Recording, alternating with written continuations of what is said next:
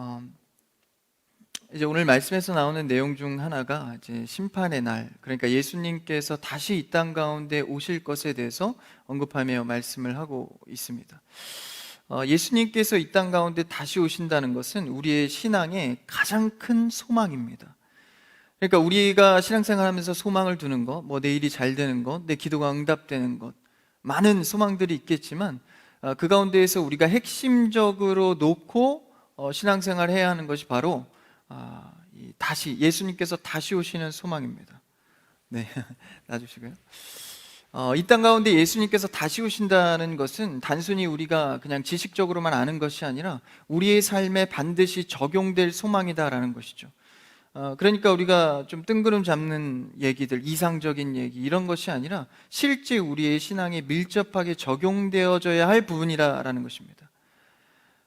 그러니까 구약 시대 때부터 넘어와 예수님께서 다시 오시고 또 신약 때에 다시 오실 예수 그리스도를 바라는 것, 이것은 구약 성경에 나오는 이 구약의 인물들과 동일한 마음을 갖는 것입니다. 그들도 오실 메시아에 대해서 굉장히 많은 소망을 갖고 있었습니다. 제사를 통해서 그 예표를 바쳐 아무 죄 없는 흠 없는 양을 드리면서 예수님께서 대속하실, 영원히 우리의 구원을 이루실 분을 기대하고 고대하는 제사를 드렸습니다. 그러면서 수백 년, 수천 년이 흐를 동안 예수님을 기다려왔죠. 그들의 신앙 가운데는 예수님을 미래적으로 소망하고 있지만 실제 신앙 속에서 예수님을 만나고 있었다라는 것입니다. 그러니까 우리가 다시 오실 예수님을 그리워한다는 것은 이와 마찬가지입니다. 그러니까 다시 오실 그 미래적 예수님이 아니라 현재 나에게 임하고 있는 예수님을 다시 오실 예수님으로 바라보고 있는 것이죠. 그래서 그러한 소망을 오늘 말씀에서 말하고 있는데요. 그러니까 이 다시 오실 예수님에 대해서 심판의 날과 구원의 날을 이중적으로 다루고 있습니다. 데살로니가전서 말씀은 사도 바울이 이제 고린도 교회를 향해서 직접 쓴 서신서인데요.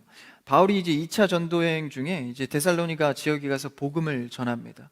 근데 그 지역에서 복음을 전할 때 이 유대인들의 이 박해로 예수 그리스도에 대한 핍박이죠.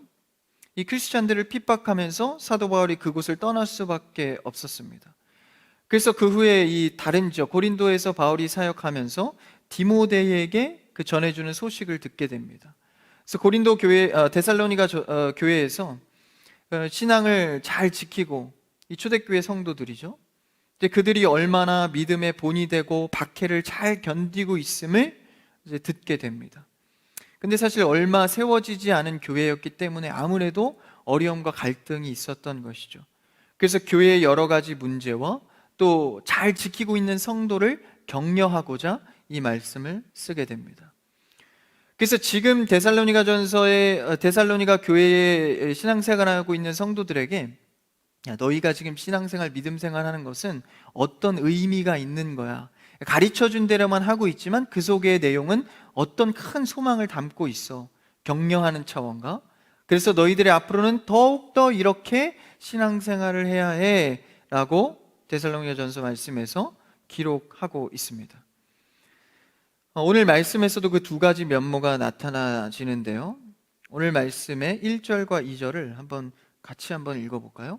5장 1절입니다. 시작. 때와 시기에 관하여는 너희에게 쓸 것이 없음은 주의 날이 밤에 도둑같이 이를 줄을 너희 자신이 자세히 알기 때문이라.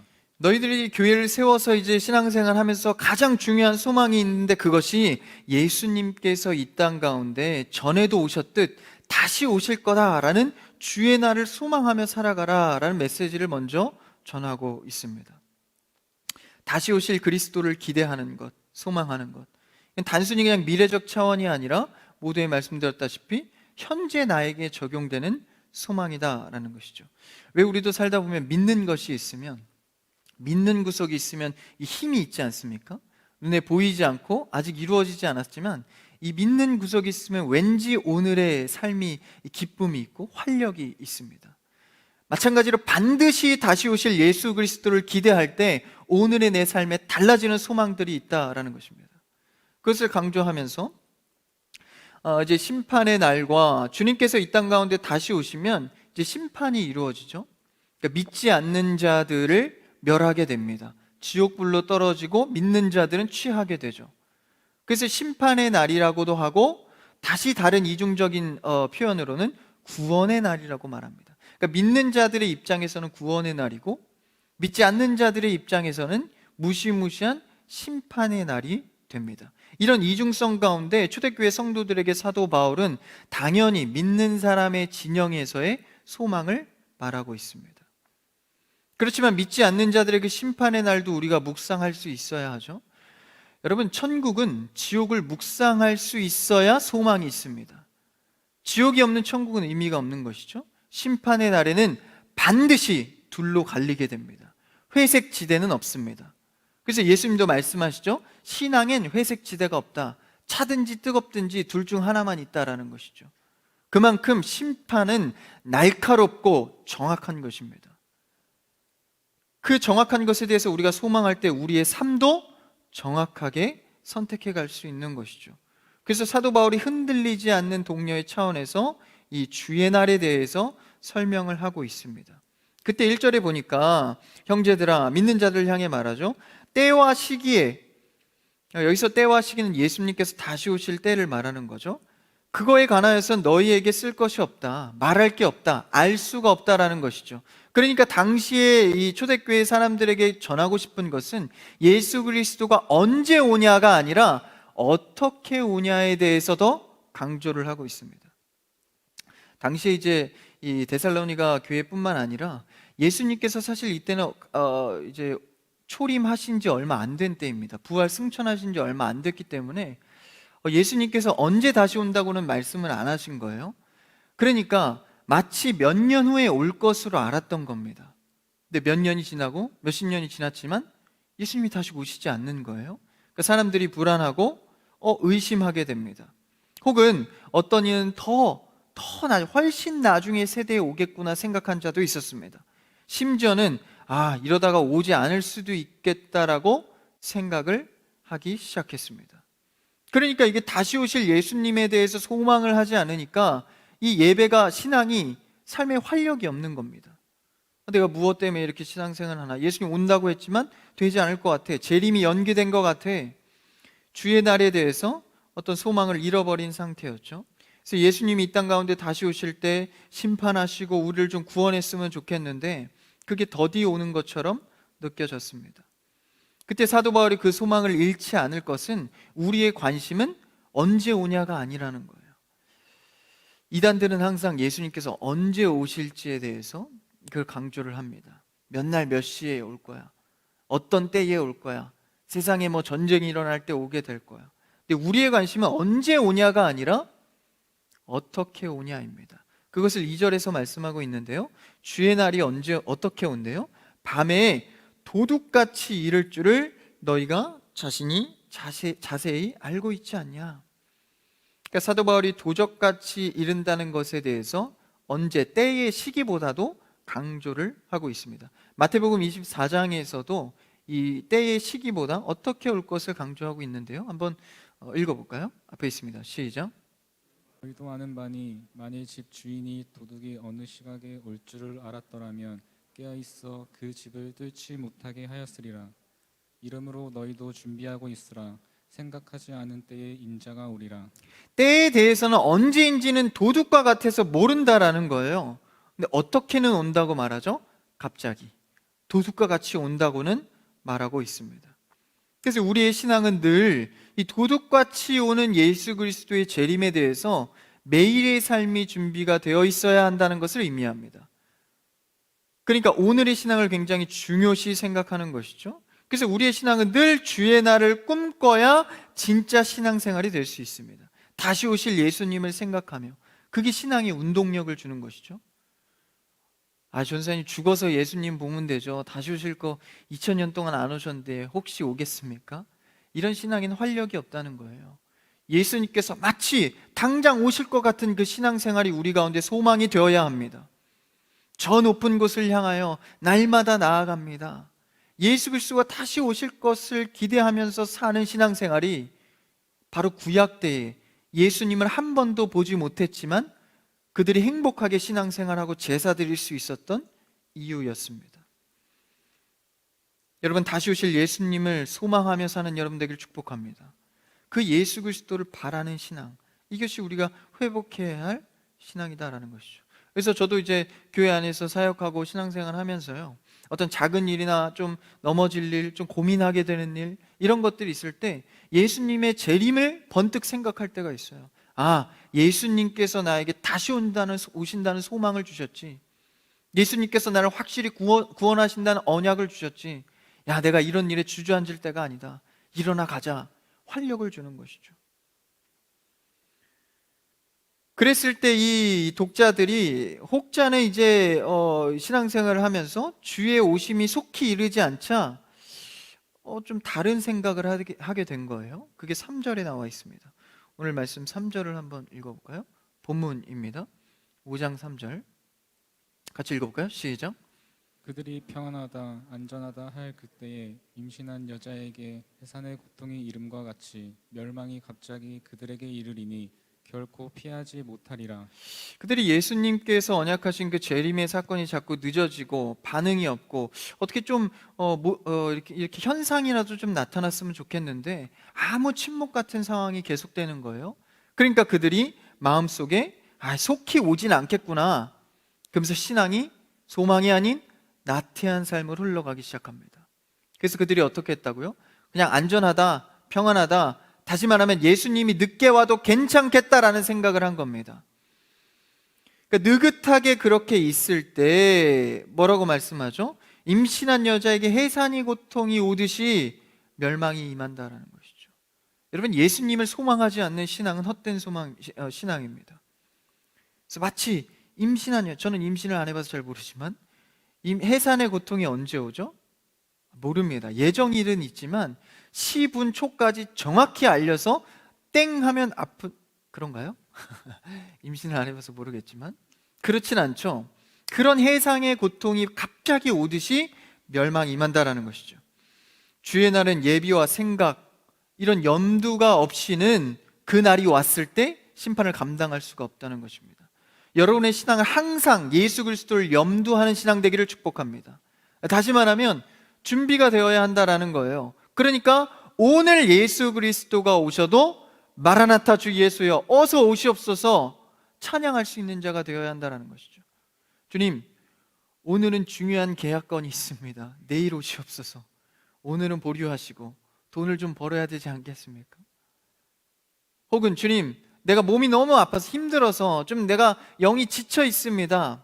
예배 내일 나갈게요. 다음 주에 나갈게요. 다음 주에 오시옵소서. 여러분, 이런 생각을 한다면 오늘 말씀에서 사도 바울이 우리에게 독려하고 힘을 주는 것입니다. 언제 올지 모른다. 예비하라. 오늘의 신앙을 예비하라 라는 것이죠.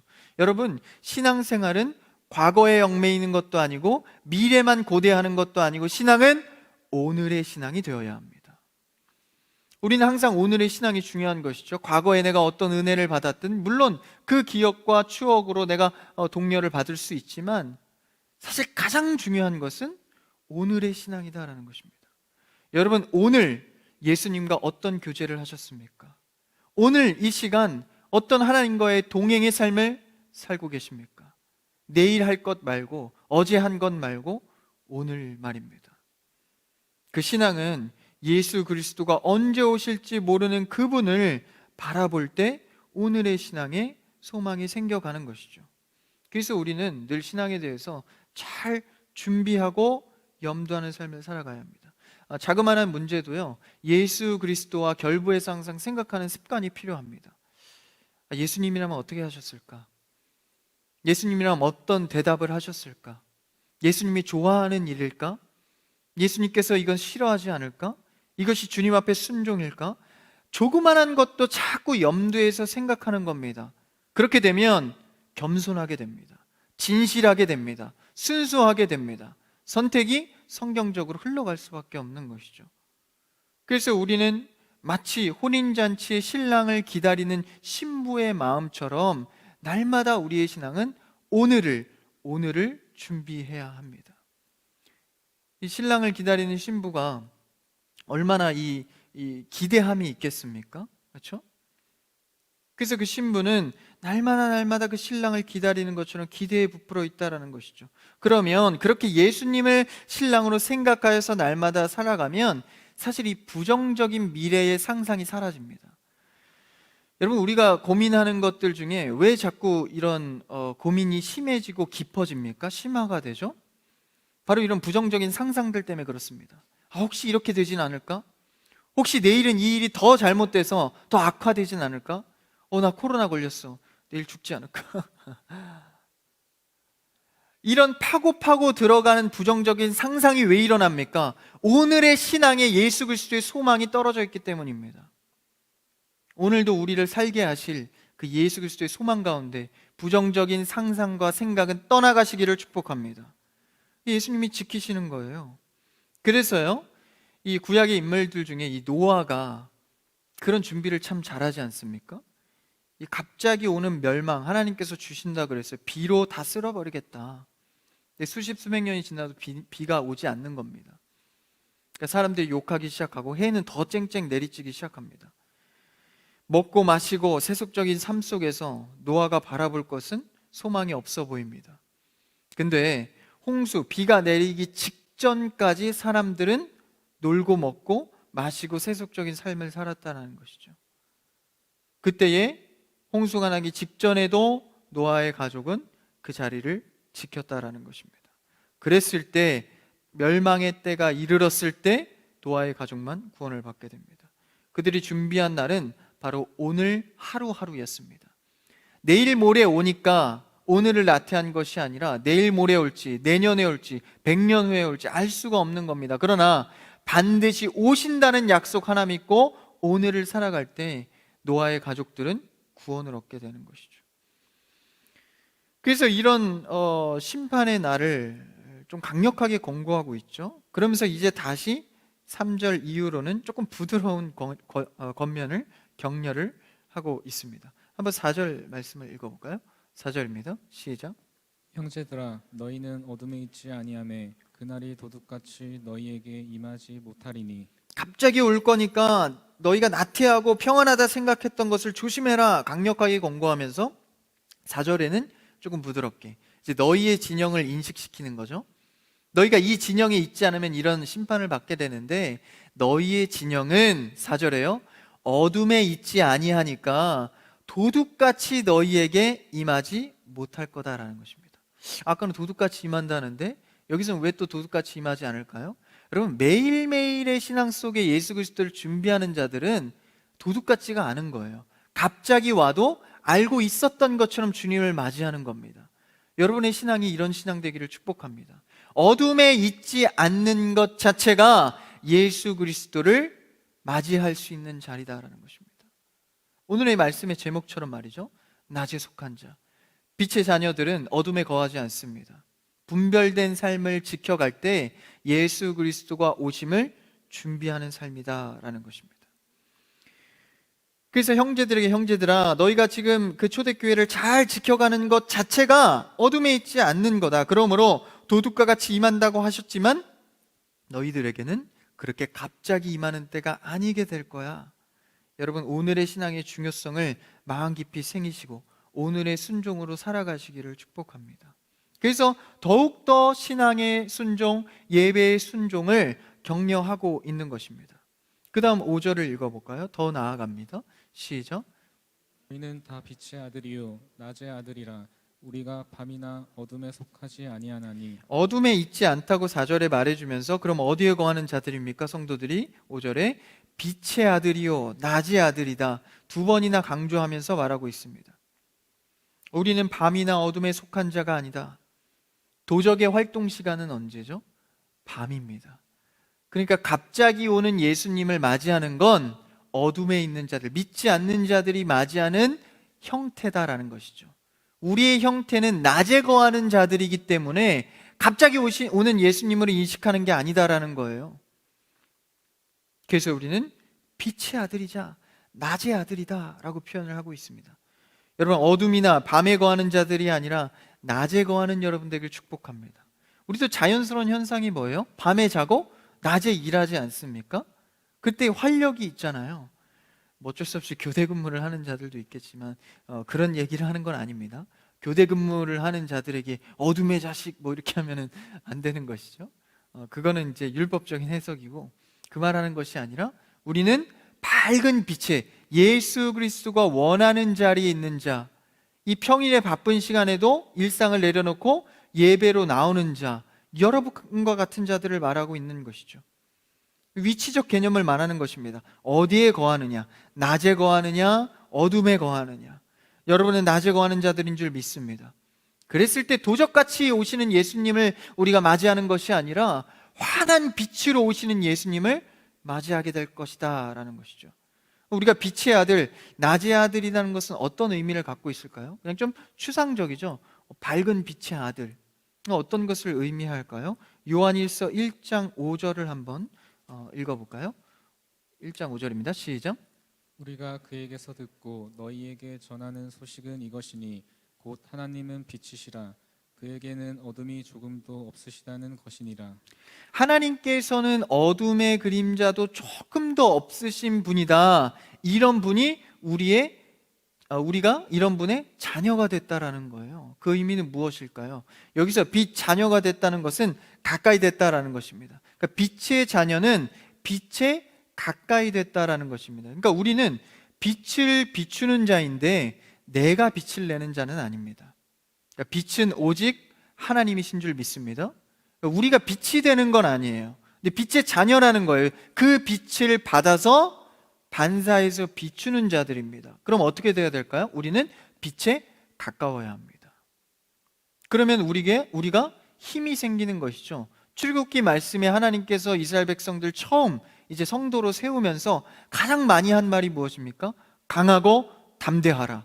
가나안 땅에 갈 때 내가 앞서 갈 것이니 강하고 담대하라. 그러니까 이 말은 내가 너희와 강하다라는 것은 원어적 의미로 보면 가까이 붙어 있다라는 뜻입니다. 그러니까 우리는 이 종이장과 같은 굉장히 힘없는 존재입니다. 근데 여기에 나무판이나 강력한 철판을 가까이 대면 어떻게 되죠? 이 종이는 누구도 찢을 수 없습니다. 강력한 힘이 생기는 것이죠.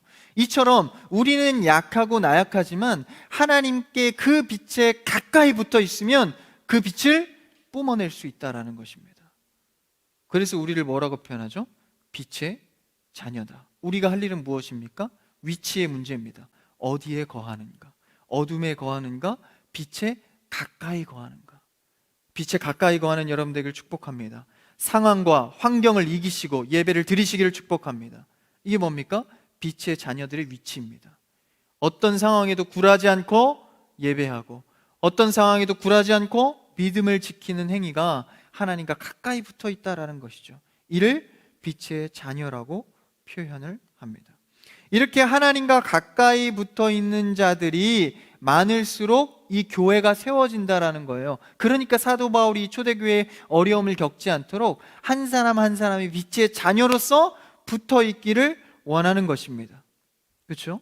그래서 5절에 빛의 아들이요 낮의 아들이라, 아들들이라고 안 합니다. 아들이라. 그러니까 한 명 한 명이 하나님과의 1:1 관계에서 서 있어야 한다는 것입니다. 여러분, 교회 안에서도요 여러 가지 프로그램, 친교, 교제 이런 것들을 많이 독려하지 않습니까? 저도 이제 청년부에 있으면서 그 요소를 굉장히 중요하게 생각합니다. 서로 교제하고 서로 기도를 공유하고, 그래서 같이 좀 친해지고 마음을 여는 거 말입니다. 근데 그거보다 더 중요하게 균형을 잡아야 할 것은 바로 개인의 신앙입니다. 이 개인 한 명이 하나님과 교통하고 있는가? 하나님과의 구원의 은혜를 교류하고 있는가? 하나님을 개인적으로 만나고 있는가? 빛의 자녀인가? 개인의 사귐이 있어야 교회는 반드시 부흥합니다.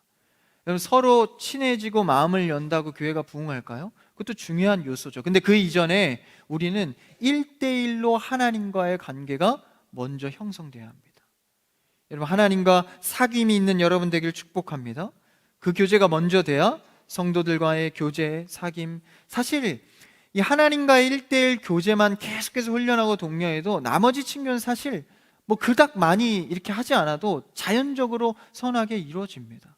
하나님과의 은혜와 사랑이 충만한데 누구를 포용하고 사랑하지 않을 수 있겠습니까? 그래서 이 사도 바울은 성도들에게 야, 빛의 자녀다. 너희가 어둠에 거하지 않고 낮의 아들이다. 이것을 정확히 하고 있는 것이죠. 그래서 이 성도의 정체성을 두 번이나 강조하면서 우리는 참 빛이신 예수 그리스도를 닮은 빛이다 라고 표현하고 있습니다.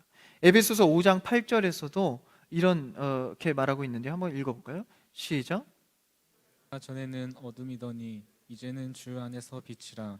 빛의 자녀들처럼 행하라. 너희가 전에는 어둠인데 이제는 초대교회에서 성도로 세워지면서 예수 그리스도를 받으면서 주 안에서 빛이라. 할렐루야. 그냥 내가 뿜어낸 실력이 아니라 주 안에서 비춘 빛이다라는 것이죠. 그래서 빛의 자녀. 그 다음에 이제 뭐가 남았습니까? 빛의 자녀처럼 행하라. 내가 이제 빛에 거했으므로 그 빛이 비춰주는 대로 나는 비춰내기만 하면 됩니다.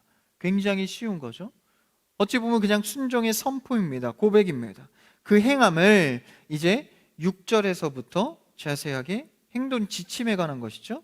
말하고 있습니다. 한번 6절을 읽어볼까요? 시작. 그러므로 우리는 다른 이들과 같이 자지 말고 오직 깨어 정신을 차릴지라. 여기서 6절에 보니까 다른 이들과 같이 잠자거나 태평하거나 소망 없이 살지 말고 깨어서 어떻게 하래요? 정신을 좀 차려라. 정신을 차려. 정신을 바짝 차리라는 거예요. 좀 추상적일 수도 있나요? 예수님께서 이 제자들이 엉뚱한 질문할 때 예수님께서 그런 말씀을 하세요. 너희가 무슨 정신으로 살아가는지 모르겠구나. 이런 말씀을 하시거든요.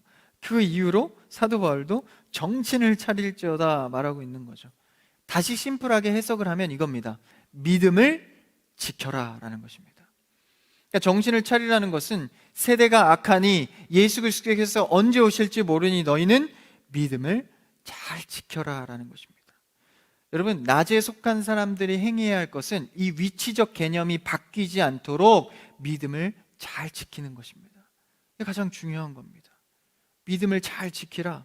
그럼 조금 더 자세하게 뭘까요? 믿음에 관하여서 이 출애굽기, 그러니까 이제 애굽에서 나와서 이 출애굽하여서 하나님과 이제 자녀의 관계로 형성되는 그 이스라엘 백성들이 민족으로 세워지는 그 과정에 있는 이 사건을 하나 보기를 원하는데 믿음과 관련된 얘기입니다. 민수기 20장 10절에서 13절까지 말씀인데요.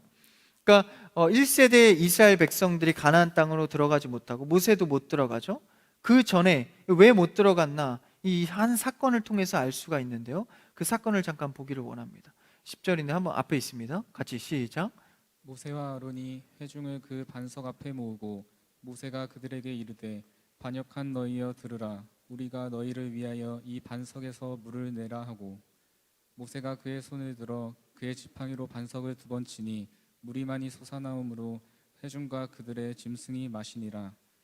여호와께서 모세와 아론에게 이르시되 너희가 나를 믿지 아니하고 이스라엘 자손의 목전에서 내 거룩함을 나타내지 아니한 고로 너희는 이 회중을 내가 그들에게 준 땅으로 인도하여 들이지 못하리라 하시니라. 13절에 보니까요, 너희가 믿지 않았대요. 불순종했다는 겁니다.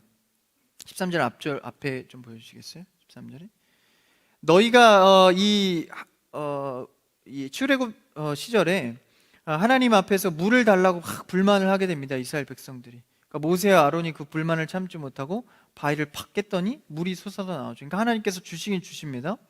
근데 그 가운데에 그 불만과 토로와 예수님 하나님을 배신한다는 그 언행 속에서 하나님께서 뭐라고 말씀하시죠? 너희들이 이스라엘 자손의 목전에서 내 거룩함을 나타내지 않았다. 너희가 나를 믿지 않았다. 내가 물 주고 만나를 주고 메추라기 주면서 가나안 땅까지 이끌어 갈 건데 나를 믿지 아니하고 반역하고 배반을 했구나. 그것이 곧 뭐로 나타납니까? 다시 앞에요. 뭐로 나타납니까? 내 거룩함을 나타내지 않았다. 그러니까 믿음의 문제는 곧 하나님께 거룩함을 나타내지 않는 것으로 이어진다라는 거예요. 그러니까 믿지 않는 것, 불순종은 곧 하나님의 거룩을 저버리는 것입니다. 그러니까 우리가 믿지 못하고 기도하면서도 믿지 못하고 우리의 믿음이 약하여서 불순종할 때는 하나님의 거룩을 가리게 된다라는 것입니다. 하나님의 크기가 작아진다라는 거예요. 여러분, 하나님을 우리의 한계로 가다 놓지 않는 여러분 되길 축복합니다. 이게 믿음을 지키는 행위거든요. 다시 말하면 무엇이든지 내가 계산되지 않지만 순종하는 것이 믿음입니다. 계산되는 대로 순종하기로 말하면 그거 누가 못하겠습니까? 계산이 안 되는 거예요. 이거 하면 내가 손해볼 것 같고, 이렇게 순종하면 일이 안 풀릴 것 같습니다. 이렇게까지 많은 시간을 인내한다면 내 삶의 미래가 불확실한 겁니다. 그러니까 빨리빨리 그냥 선택해버리고, 기도에 응답이 오기 전에 내가 먼저 선택해버리고, 이게 다 뭡니까? 반역하고 불순종한다라는 것이. 그렇다면 불순종하면 하나님의 거룩이 가려진다는 것. 다시 말하면 하나님께서 크게 세워놓은 계획에 지장을 받는다라는 것입니다. 뭐로요? 우리의 불순종으로 말입니다. 여러분, 하나님의 자유하시고 크고 높으신 거룩을 우리의 순종으로 받는 여러분 되길 축복합니다. 이 불순종할 때마다 하나님의 거룩이 가려지니까 하나님의 계획을 보지 못하는 것이죠. 이게 다 무슨 문제입니까? 믿음의 문제입니다. 여러분, 빛의 자녀로 믿음을 잘 지켜가는 여러분 되기를 축복합니다. 믿음을 잘 지켜갈 때 하나님의 거룩은 응답으로 따라옵니다. 그러니까 자꾸 안 된다고 생각하는 이유가 뭐예요? 안 해봤기 때문입니다. 순종을 안 해봤기 때문에. 그렇게 하면 안 될 거 뻔히 알아. 그래도 여러분 해보십시오. 순종하면 하나님의 거룩이 응답됩니다. 그래서 그것을 말하고 있는 거예요. 정신을 차려라. 믿음을 지켜라. 하나님의 거룩을 보게 될 것이다 말하고 있는 것이죠. 그래서 깨어 정신을 차릴지라. 그러면서 7절에서 한 번 더 말하고 있죠. 7절 한번 읽어볼까요? 7절입니다. 본문이요. 본문으로 돌아와서 7절 시작. 취하는 자들은 밤에 취하되. 그 다음 8절까지 읽어볼까요? 8절이요. 우리는 낮에 속하였으니 정신을 차리고 믿음과 사랑의 호심경을 붙이고 구원의 소망의 투구를 쓰자. 이제 빛에 거하는 자로서 두 번째로 뭐라 그러죠? 약간 좀 더 전투적인 군사 용어를 쓰고 있어요. 그렇죠? 8절에 보니까 우리는 낮에 속하였으니 정신을 차리고 믿음을 잘 지키는데 어떻게 해요? 믿음과 사랑의 호심경을 붙이고 구원의 소망의 투구를 쓰라. 갑옷과 이 머리에 투구를 쓰라는 거예요. 이것은 조금 더 적극적으로 신앙생활하라 라는 것입니다. 전투적인 어떤 군사 용어를 쓰면서 우리가 빛 가운데에 거하고 믿음을 지키기 위해서는, 하나님의 품 안에 거하기 위해서는 소극적 자세, 수동적인 자세보다는 적극적으로 신앙생활하기를 애써라 라는 것입니다. 마치 전사처럼 말이죠. 어떤 일이 벌어지면 빨리 선택할 수 있는 군사처럼 말입니다. 여러분, 이 군대나 군사들을 보면 많은 계산을 하지 않습니다. 위에서 오더가 떨어지면, 순종할 제목이 떨어지면 즉각 이행을 합니다. 불순종하면은 그 군대 내에서 어떻게 됩니까? 이탈이 되는 거예요. 그 이탈된 군인은 어떻게 되죠? 감옥에 갇히거나 사형을 당합니다. 그러니까 반드시 지켜져야 되는 법이 무엇입니까? 자기의 생각대로 하지 않고 바로 순종하는 거죠. 그게 뭡니까? 적극적인 신앙의 태도입니다. 그러니까 우리가 이것에 대해서 하려면 뭐가 필요하죠? 군인도 바로 순종하기 위해서는 뭐가 필요합니까? 훈련이 필요합니다. 순종할 수 있는 훈련 말이죠. 군사 훈련 말입니다. 우리가 교회 안에서 만든 이런 말씀의 훈련들, 기도의 훈련들을 통해서 삶의 어떤 상황이 주어졌을 때 즉각적으로 여러분 순종할 수 있는 여러분 되길 바랍니다. 이게 뭐예요? 소극적이거나 수동적인 것이 아니라 전사처럼 빛에 거하는 자들은 이렇다라는 것이죠. 어떻게 그럴 수 있어요? 9절에서 또 힘을 줍니다. 9절을 한번 읽어볼까요? 오늘 본문 시작. 하나님이 우리를 세우심은 노하심에 이르게 하심이 아니요 오직 우리 주 예수 그리스도로 말미암아 구원을 받게 하심이라. 이 일이 다 뭐와 관련이 있기 때문입니까? 바로 구원을 받게 하려고, 구원된 백성으로 멋지게 세우고자 하는 의미가 있다는 것입니다. 여러분의 신앙생활은 멋진 신앙생활 되기를 바랍니다. 하나님께서 원하시는 구원받기에 합당한 성도 말입니다. 하나님께서 그렇게 이끌어 가신다라는 거예요. 그래서 우리의 순종은 의미가 있습니다. 왜요? 구원과 결부되어 있기 때문입니다. 우린 구원의 행위를 하는 것입니다. 우리의 순종과 예배는 구원의 찬양을 하는 것입니다. 얼마나 소망이 있습니까?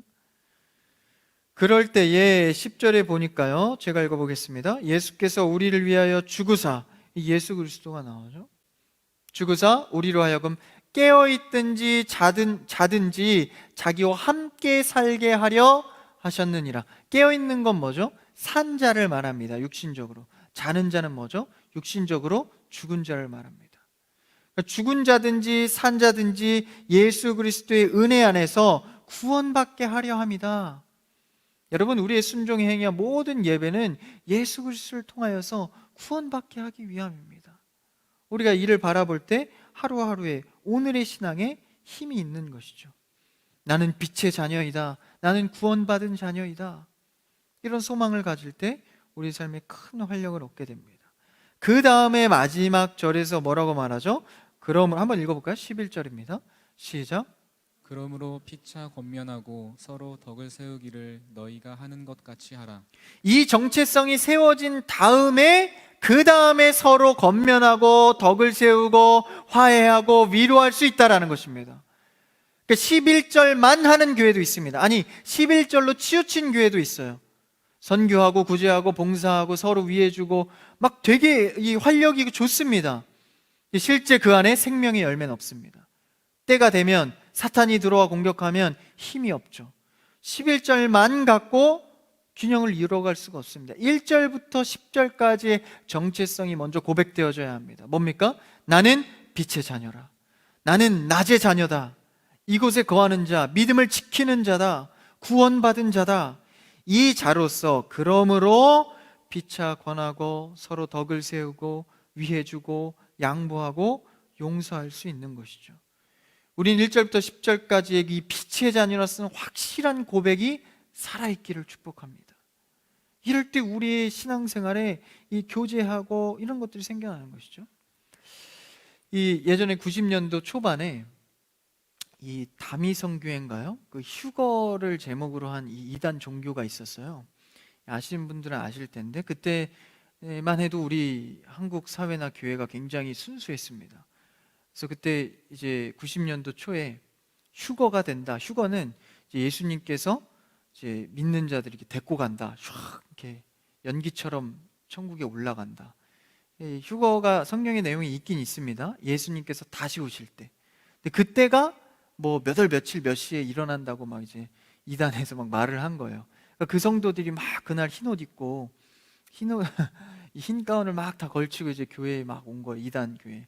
그러니까 막 그때만 해도 사람들이 순수하니까 막 기자들이 엄청나게 몰린 겁니다. 야, 휴거가 된다고 한다. 막 모인 거예요.